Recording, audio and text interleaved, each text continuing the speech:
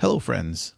Today is a very special episode of the podcast, and I wanted to take a moment to introduce it before the music starts.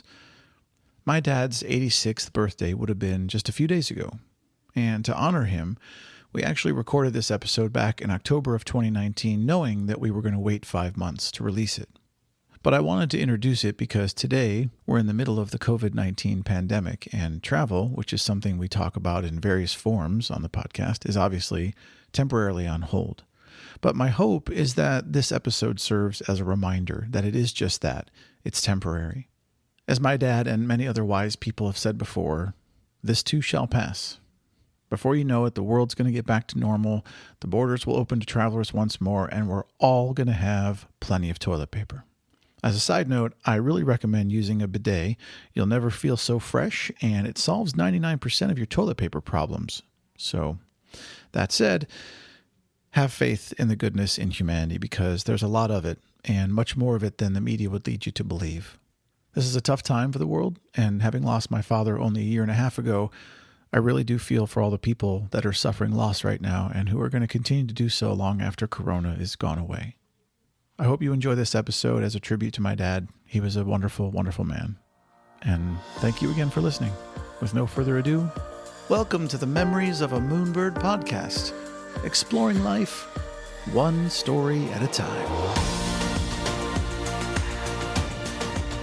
Hello, friends. Today on the show, he's a recently retired dentist who, for more than 3 decades, drilled and filled the mouths of the people around the Chicago area. He's traveled a fair amount in his life, something he says he's always loved. He's also that guy in the room with a great smile and a twinkle in the eye who really enjoys sharing a funny tale or two when friends and family are gathered around. He and my father not only shared a bond as fellow dentists who worked together back in the proverbial day, but they were the best of friends. They traveled together back in the 1980s on a couple of great adventures out west. Today, we're going to hear about some of those adventures, talk about the importance of traveling with friends, and share a few memories of this Moonbird's dad. Please welcome, phoning in from Chicago, our dear family friend, Dr. Kevin Baker. Well, thank you for having me. It's great to talk to you. So tell the fans out there where you're from. I'm from central Illinois, a small town called Decatur, Illinois. I grew up there and went through high school. And then after high school, my family moved up to the Chicagoland area, and I've been here ever since. Now, did you travel when you were growing up with your family? Not particularly. No, my family didn't travel a lot. So really, my first trip was to Chicago from central Illinois. In those days, we took a train, actually. There were airplanes in those days, but they were like DC-3s, and I don't know if you're familiar with those, but they're old twin-engine planes that when you walked up the aisle in the plane, it was like at a 45-degree angle, and when they started the engines, flames shot out the engines. Are you serious?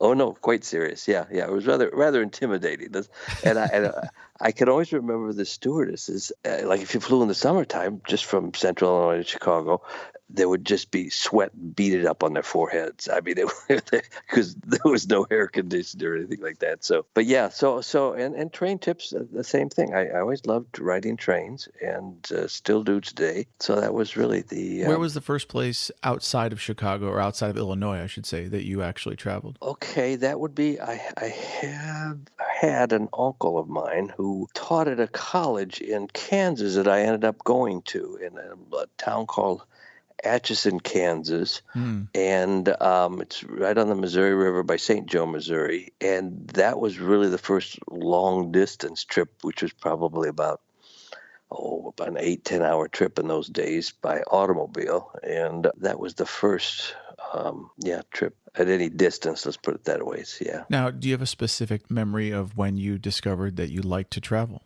I think the train travel to Chicago was kind of luxurious in those days, and talk about that. What was that like, being on a train back then?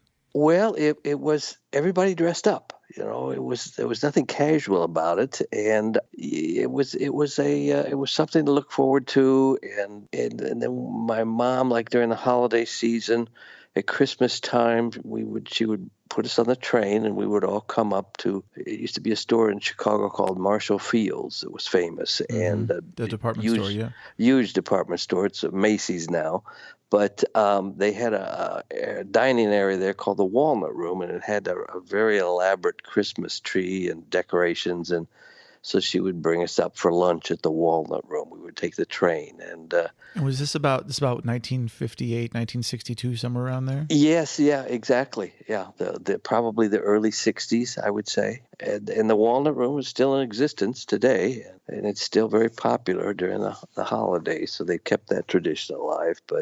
But those were the first really real memories that I can remember. And sometimes in the summertime, I also remember we would take the train up, and the train would, for one reason or another, there'd be some sort of mechanical difficulty, and the train would have to pull over to the side. And in the Midwest, with the sun beating down in the summertime and the cornfields, it would get rather warm inside the train. So I can only imagine, yeah. I do remember those things before the luxuries that we have today. So, Speaking of trains, Dad used to tell me a story about when he was about 10 years old, and he used to tell me how he would take a train from his place downtown, and he would get a popcorn and a soda and go watch all the war reels that were, so I guess maybe it was 1942. But he said the whole thing cost 15 cents. Sure. It's just crazy. Yeah, when you think back in those days, the cost, they weren't weren't expensive at all by today's standards. So now, I know you recently retired, and I was. How long were you actually a practicing dentist? I practiced for 43 years and retired, like I said, 2 years ago. So, 43 years. And what made you decide to become a dentist in the first place? Well, I've always been around teeth, as goofy as that might sound. I have an uncle who was an orthodontist, so he influenced me. I had a stepfather who had a dental laboratory in Decatur in Central Illinois for over 55 years. And so he influenced me also. So that's kind of how I went. So over more than 40 years of drilling and filling and being in people's mouths, what was your favorite part of being a dentist? Dealing with the people. No doubt. Sometimes the dentistry can be stressful, as a lot of jokes have been made about. But the people, and when I say people, I don't mean just the patients, but people you work with and whatnot. I have a lot of pleasant memories of the people. Yeah, Dad said the same thing. And I over the years, of course, I got to meet a lot of his staff and the people, the other doctors he worked with, and they became family friends like yourself. And he would always talk about the one thing he loved about his patients were that in his later years as a dentist, he did welfare dentistry for all the lower income families in the west side of Cleveland, and he said it didn't really fill the wallet, but it filled the heart. That was his thing. No, you're correct. I actually did that at the beginning of my career, and you're right. It was very rewarding because a lot of and in this day and age, even today, there's a lot of need for dentistry out there, and there's a lot of places where those needs aren't being filled. Yeah, it was very rewarding. So did you get to travel for dentistry to continuing education classes? You know what? Not particularly. I mean, on occasion, but the majority of my continuing education, they have a large, one of the biggest dental meetings every February is held at McCormick Place, a big convention center. Is that from the McCormick Spice Company? Good question. I believe it was the McCormick's from McCormick Reaper, the reaping machine that for wheat and that, in the 1800s, if you're familiar with that at all. Before my time, Kevin. Okay. But I think that was probably because they were headquartered in Chicago. The McCormick family, were owners to the Chicago Tribune back in the early 1800s. Wow. And they were supposedly responsible for getting Abe Lincoln elected president. Wow, that's cool. Yeah, the news media in those days, they were king, and they were largely responsible for that. So, there's a real history out this way. So that's why when you said McCormick, no, that was the spices, but there was a different McCormick. So do you like being retired? I do, very much so. yeah. It was time. I've always heard that. Well, when will you know when it's time to retire? And it just kind of it felt like the right time, to be honest with you. And no, so since I've been retired, no, I'm quite happy. Very happy actually. I'm slightly So envious because I dream of retiring. well, as most people do, I never really thought about it much until later in life. I always just thought, well, I'll just keep working until whenever, and Well, yeah, whenever when I finally. say retire, people misunderstand. It's not that I want to sit on a chair and watch TV all day. No. I want to not have to work for a living. I just want to go create and have fun and enjoy the world, Well, it's funny you should say that because with your dad or myself, being dentists, our whole lives were schedules. They were always schedules, everyday schedules. And so now when I get up, I don't have any schedule. And it's like it really is. It takes some getting used to because you're so programmed from your life to get up, go to work, come home, and repeat the process. And now it's you don't have to do that. And that's the kind of the freedom and I would call that glorious. yeah, it is. It really truly is. So now I know you're approaching 70 here soon, right? Hmm. Yes, I So am. Next year. 70 years walking around planet Earth. Right now, what are you most passionate about? You know, oh gosh, I again, we have a dog, and I've always my whole life loved dogs. And when I was younger, people would say, "What do you want to be?"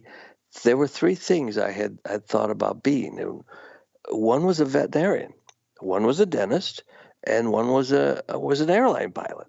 Because I wear glasses, the airline pilot was out, and because I was influenced by the relatives that were in the dental business, I was swayed that way. But I do love animals, and Hmm. we have a little Boston Terrier that's like our child, and I'm very passionate about dogs and pets and animals in general. So That's awesome. I really respect that a great deal. you know, I know you've traveled a fair amount in your life. When you look back, what's been the most rewarding thing, do you think, about having a life where you've traveled? again, I'm going to go back kind of along the lines of your dad. My response about dentistry. I do enjoy meeting people and seeing different walks of life or different ways of life or encountering people and the different ways they earn a living. I've always been intrigued by that, and so yeah, I do enjoy the experience of meeting people and places, and basically a change of scenery, getting out of your element, your comfort zone. I do enjoy that a lot. Well, let's talk about your trip in the 1980s. You guys went out west a couple of times. You had Yes, we did. these big fun trips. What made you guys decide in the first place to take It was these? it was purely spontaneous. It was I had a sister who lived at the time in Crested Butte, Colorado, which is a mountain town about 9,000 feet, 9,400 feet up in the air. Hmm. And I had been out to visit her a couple times. And so your dad and we talked about getting together and doing something. And I said, well, we could go out there and wander through the mountains. And so that was what it was. It was just purely spontaneous. And so, in other words, let's get in the car and wherever it takes us, that's where we end up. We had a tent, we got food along the way, and we just kind of winged it. Well, and for people who may not realize, this is in the day before mobile phones and GPS and all that stuff. So once you stepped into a plane, communication with friends and family was pretty not non-existent unless you got to a hotel or a payphone, right? That's absolutely right. A payphone was basically it.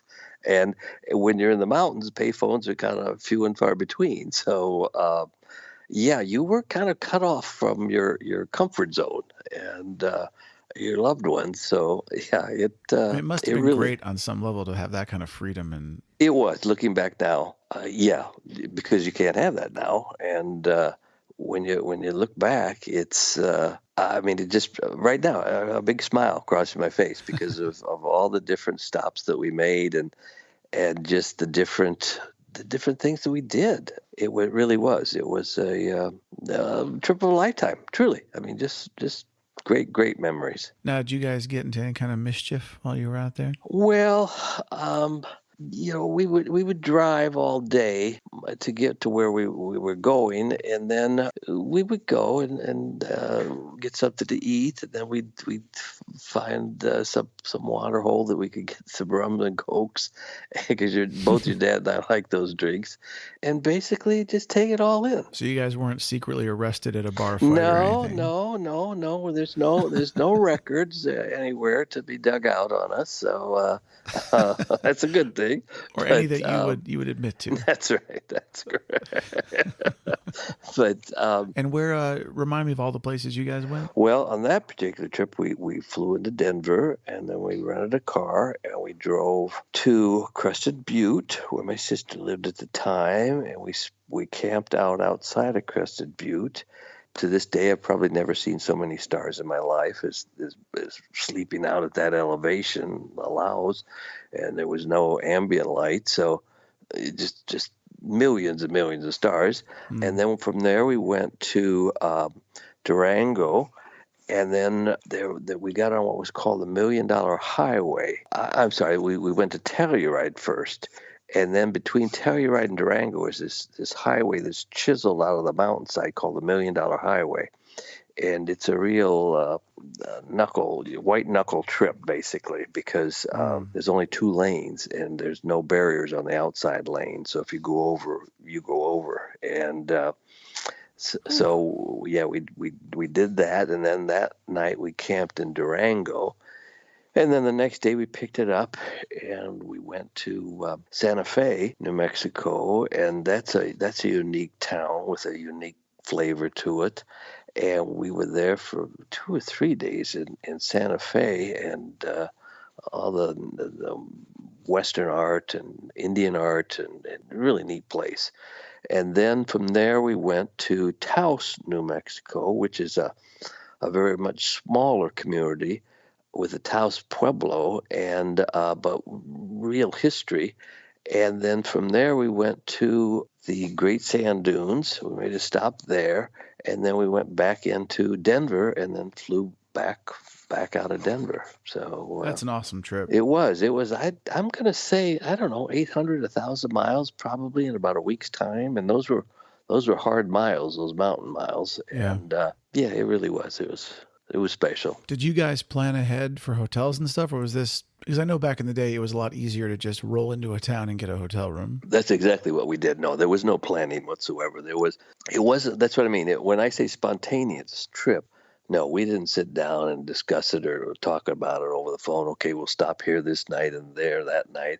We just literally got in the car and went, and wherever it took us, like I said, it took us. And so it really was. No, so we'd drive as far as we felt we could, and then we'd start looking for a hotel. And if we saw something that looked like a possibility, then we'd pull over, and if they if they had a room in the inn, then we'd take it. So yeah.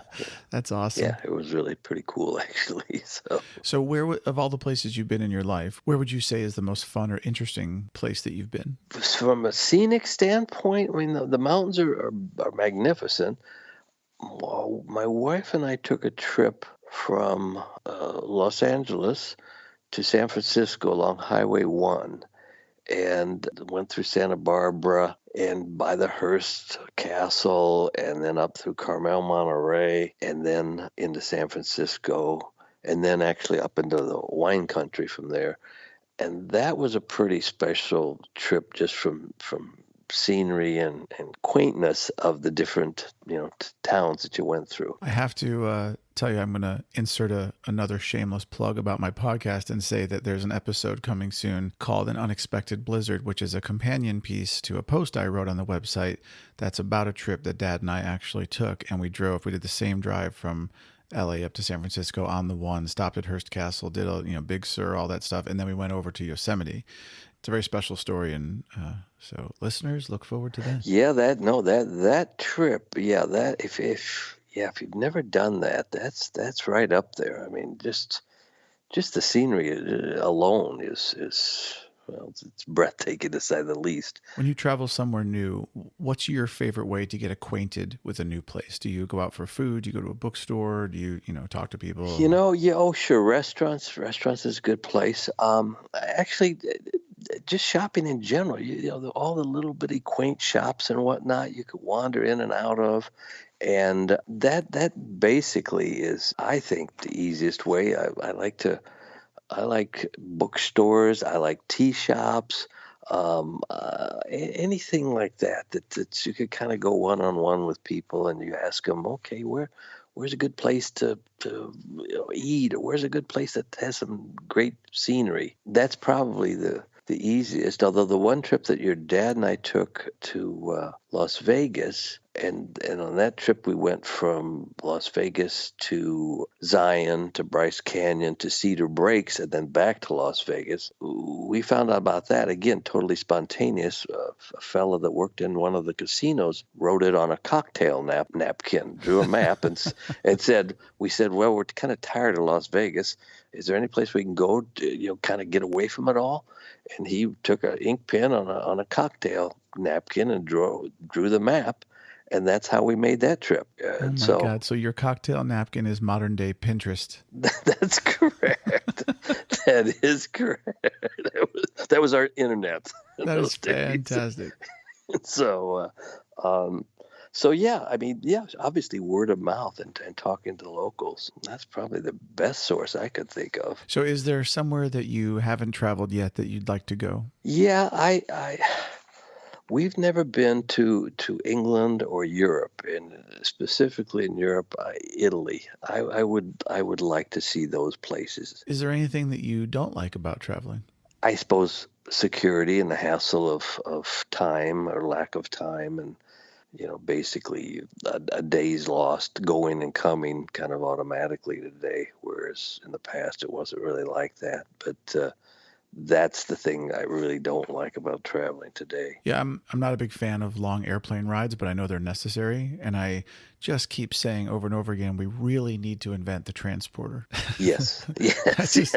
I just want to step on a pad and be rematerialized in Paris. That would be amazing. Wouldn't that be wonderful? I mean, yeah. I'd happily pay the same price for the plane ticket just to be there in a matter of seconds. Yeah, no, you're absolutely right. But the other side of that coin is look what before planes, what it would take you to get cross country on a train, or even before trains, what it would take you to get across country. Yeah, a horse-drawn wagon. Yeah. Yeah, right. So it's like, well, we have come a long way, but you're right. There's still a ways to go. So one of the things I wanted to talk about, because you had the pure pleasure of traveling with your very dear friend, my dad, and going out west and having these adventures, and I'm sure with other people in your life. And I try to stress to people all the time that travel can be amazing in any combination. So it's great when it's solitary, it's great with a loved one, and it is certainly great with friends. And it's an experience, though, that I don't see enough people taking seriously these days, that they should just grab a friend,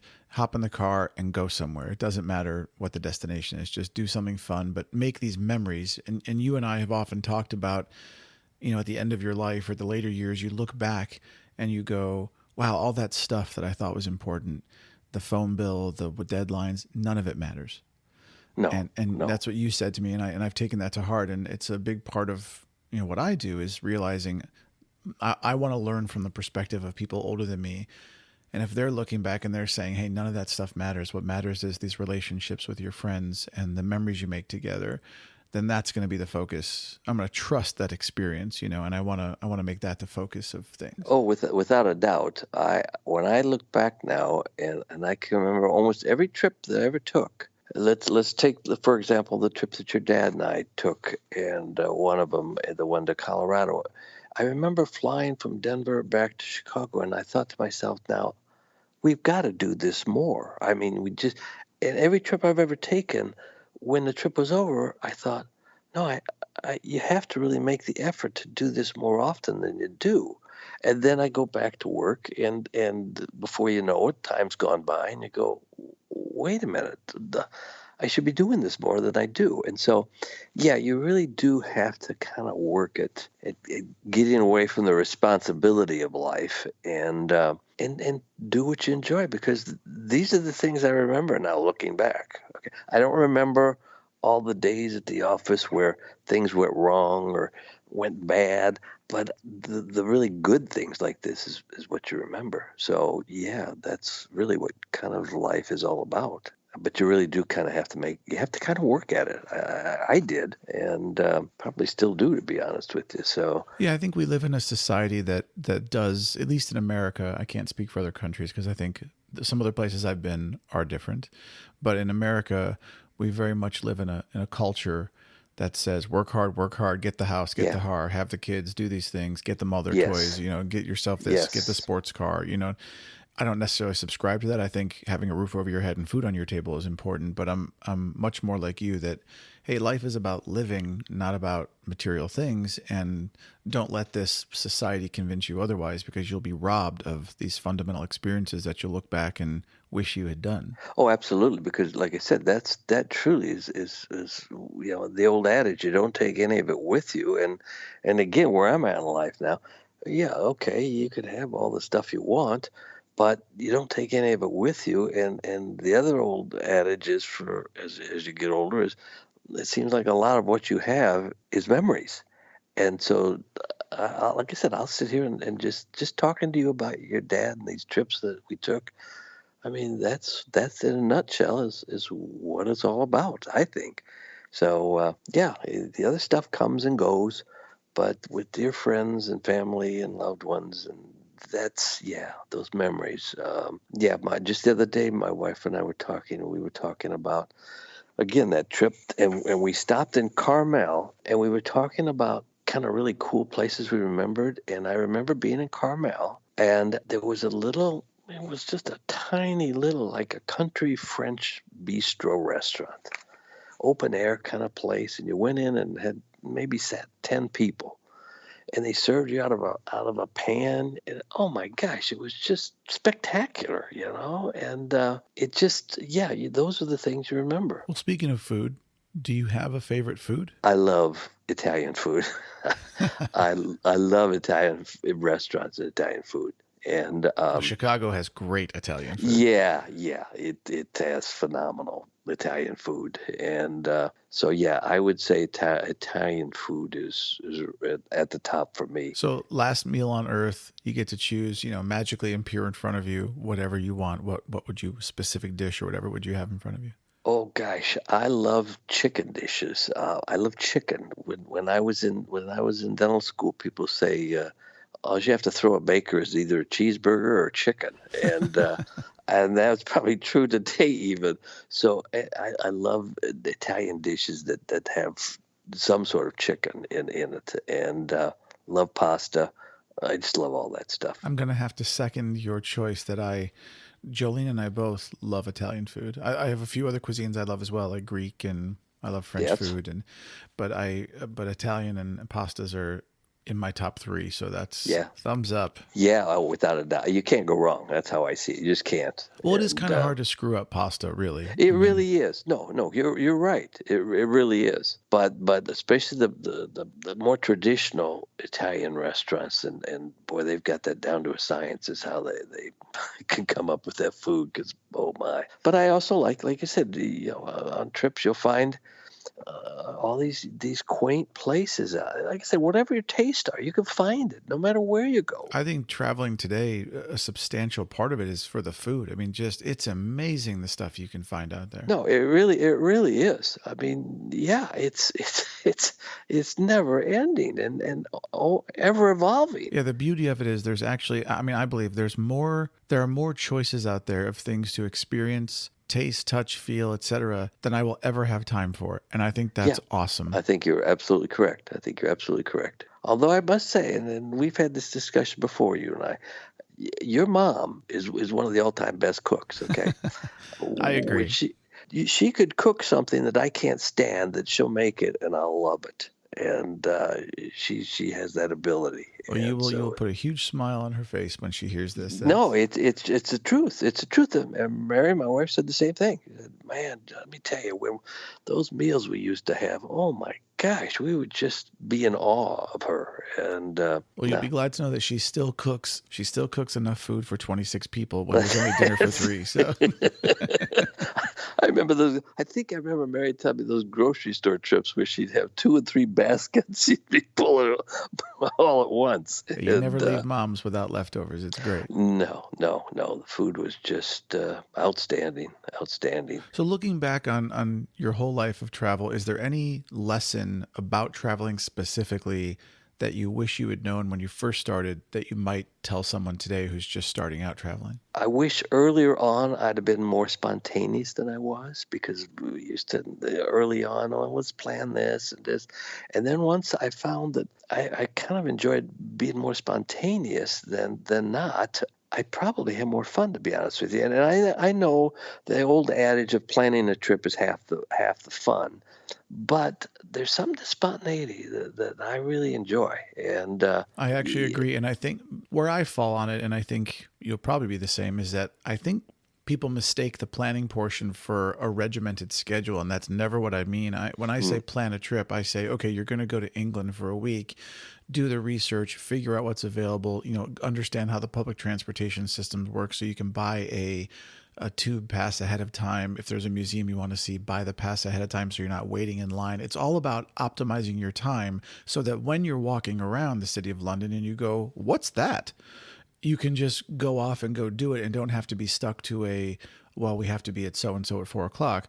You're able to be spontaneous and enjoy this trip because you have actually done a little bit of pre-planning and research. That's kind of where I fall in it. Absolutely. No, you're absolutely correct. And then that also plays into, yeah, you can talk to some of the locals and find out, well, okay, where's a place that they would go that off the beaten path, I love stuff like that. And it's out there. You just kind of have to search it out. Yeah, you and Mary ought to just hop in a car and say, Oh, heck with sure, it, pick a absolutely. destination and go. Oh, absolutely. You could do that when you're retired. Just do a road trip. I mean, Yeah. like you say, just, hey, what do you want to do? You want to do it? Yeah, sure, let's do go that. to Wisconsin and check out some Sure. cheeseries, that'd be great. Yeah, right. Sure, absolutely. You could do that. You could go to Michigan. You could, yeah, all these different things. One thing I like to ask everybody is, what's their whoopee? It's a reference to the movie Mr. Mom in the 1980s when Michael Keaton's son had a security blanket that he never wanted to get rid of. And so I say, what's your whoopee? What's your security blanket? Do you have an item that you always take with you when you travel that makes you feel good that you wouldn't want to travel without? You know what? I do. And this is kind of a goofy thing, but in this digital age of digital, everything digital, I still like to wear a analog watch. Okay. It's just one of those things that I do. I've always liked that watch on my wrist. And so when I travel, now I've gone through 3 different watches over time, but I still like to pick up that analog watch and strap it to my wrist. And the whole trip, I'll wear that watch. That's great. So that I just look down. So that would be the one thing I do take every trip is that analog watch. My brother Dale has a really cool passion for watches, actually, and he would second your whoopee. I mean, I still like to look at the phone and find out the time too, but there's just something about that. It's just a traditional that takes you back, and I just have always liked watches too. So very cool. Well, the last thing we're gonna do, I talked to friends and family and scoured the internet, and I came up with a list of 299 philosophical and life questions. You get to pick 2 numbers between 1 and 299, and I'm going to ask you 2 of these random questions on this list. All right, let's do number 36 and number 72. Okay, here we go. Drum roll. Number 36. Are you confrontational? No, I am not. Okay. My nature, I think I'm a fairly friendly person. I am not confrontational. I kind of will try and work with the other person to see their point of view and then base my final judgment on that. No, I'm not. I didn't grow up in that kind of a setting. And well, I saw in our family, we had some family members that older family members that were more confrontational, and so maybe seeing that when I was younger influenced me not to be that way. So that would be my answer to that. That's funny. I used to be extremely confrontational when I was younger, and the older I've gotten, the more I've become like dad, and I'm super just much more chill and laid back. And my mom always says, ask yourself, is it worth it for every Now situation you go that's into? You know, that's interesting because I've known you since you were 5 years old, and I didn't see you oh, you in that missed my whole light. angsty high So school I years. must have yeah. Oh, that's true. That is true. No, you're right. You're right. Um, that's yeah. That's interesting. Well, it's funny too because I always tell people that well, this goes off on another whole subject, but I tell people when you experience a substantial loss, like when dad died, Yes. I really do believe that you become the core attributes of who a person is become enhanced. So if you were a really good person growing up or you were kind of a jerk, you're going to become an even nicer person or you're going to become a bigger jerk is what I've experienced seeing loss in other people and in myself. And That's true. yeah, and Yeah. what's funny is when I was a kid, I was always very quiet, introspective, and I didn't necessarily need to be around a lot of people. And then the middle of part of my life kind of was more angsty and controversial, or I mean, excuse me, confrontational. And now that I'm getting older, and after losing dad and stuff, I'm becoming much more like I used to be. I'm pulled back a little bit. I don't need a bunch of people around. I'm just quiet, and I'd like to think Yeah. I'm a nice guy, you know. I find that actually uh, tying in with where I'm at in life now, Danny. You're right. I don't need to socialize like I used to. I kind of I guess you'd say I've got more inner contentment than I ever have, Mm-hmm. and I think part of that comes with just living life to this point like that. And yeah, it's like I say, life's too short. It's all too short to be caught up in all It that really is. emotional baggage and all that nonsense. No, it really is too short because before you know it, you're looking back and you're like, wait a minute. What did I do with all those years? Right. Why do I waste my time on all that stuff? Come on. So, Yeah.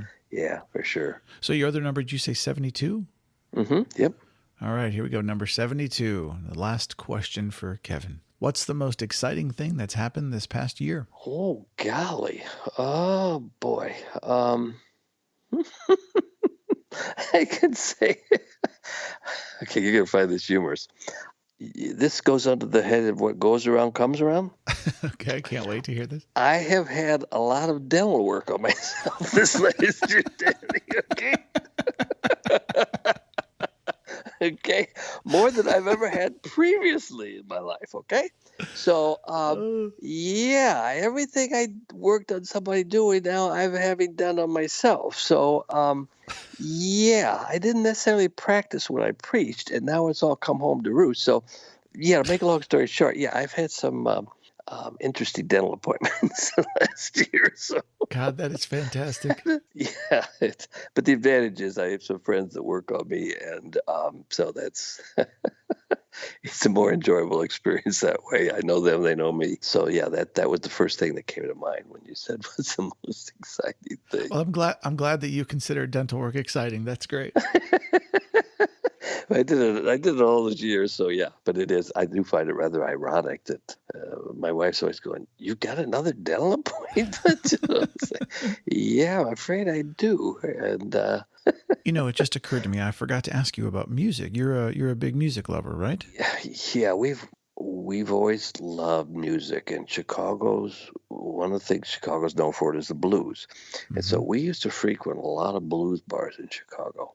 So we do enjoy music. Now we don't go out to, well, a lot of the places are gone, of course, and but we still enjoy it even at home.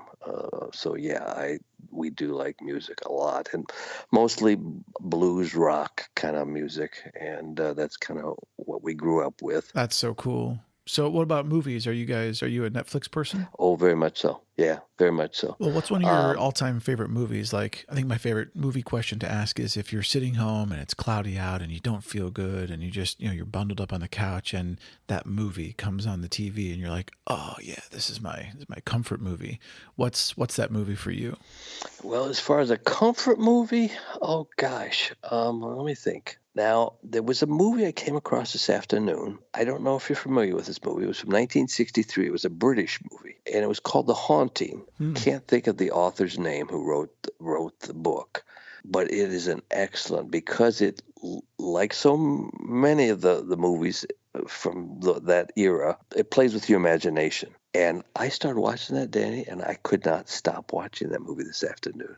And it's called The Haunting. So if you ever get a chance, check it out. A black and white movie. That sounds cool. So, but getting back to your question as to a comfort movie, what about yourself? While I'm thinking, what's The Princess Bride? That's easy. Oh, I remember, I think we were at your house and your mom took Sammy, our son, and you, and dolled you guys up. Kind of a thematic thing for that movie. Watch that movie. Oh my gosh, it's possible. I don't remember. I'm pretty sure that was the case. We did all kinds of really weird stuff like that. What year was that movie out? 1987. Okay. Well, I was going to tell you, speaking of horror movies, if you want a great horror movie to watch, there's a movie that came out in 1981 called Ghost Story, and it's based on the famous book by Peter Straub, and it has an amazing cast. It's like Fred Astaire, Melvin Douglas, Douglas Fairbanks, John Houseman, Patricia Neal, Alice Krige. It's this incredible cast, and it's a really great story. This scary movie. Gosh, that sounds familiar. Well, it's about these old men that get together and tell these scary stories, and then they flash back to their childhood, and this other set of great actors like Ken Olin and stuff play the younger versions of them. Okay. And then this mystery unfolds from their youth. And it's it's a very, very, very good movie. Great book, good movie. I'll have to check that out then, because Ghost Story, 1981. Look it up, people. I will. No, that does sound.